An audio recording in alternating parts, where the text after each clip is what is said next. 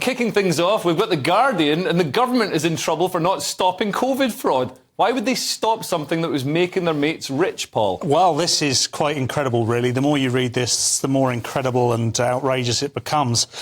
Parliament's spending watchdog estimates fraud and error were likely to have cost the UK government as much as 16 billion across the various COVID loan schemes, including those for small businesses. Now, they were saying that well over 2,000 applications came from the same address. Yeah. Which is, I believe, is where Boris Johnson's children live.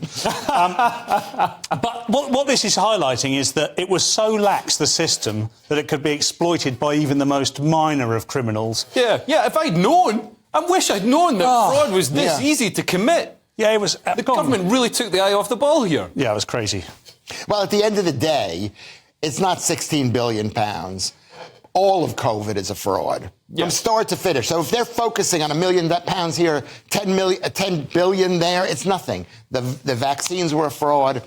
So you can debate. You can say some people say the vaccines were a fraud. I would never say the vaccines were a fraud. Some people would say that COVID didn't even exist. I would never say that. In the interests of balance and not getting an Ofcom strike against us, I'd like to say that COVID probably does exist. And also the vaccines have some effectiveness against it. Whether, there are also negative impacts from the vaccines is something that we can debate another time. But this COVID fraud is just, the scale of it is insane. And it seems to be really basic, really simple things. Like you said, 2,000 applications for these COVID grants from one address. I mean, that is an insurance company or somebody who deals at a bank would instantly come up as a red flag. That just, a repetition of a variation on an email address or a house address is always a red flag. And very easy to spot. But it was a pandemic. People had to act quickly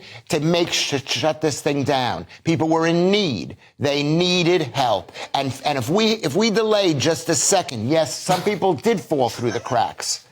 I've no idea. £6 billion worth of people fell through the cracks. Yes, people did, but at the end of the day, people had to survive. Hundreds of thousands of lives were saved because we locked down, because we stayed home. And I don't want to hear it from you guys. I don't know if Lewis is being facetious or not, but there is the counter-argument to this, which I don't go with, by the way, is just that, though, isn't it? That's what I made. What do you think I was doing? Well, it's just the fact that they had to get this. So there was some baby in this bathwater. This did help people. And it also helped a lot of criminality. Oh, yeah, there weren't very many fraudsters starving to death over COVID.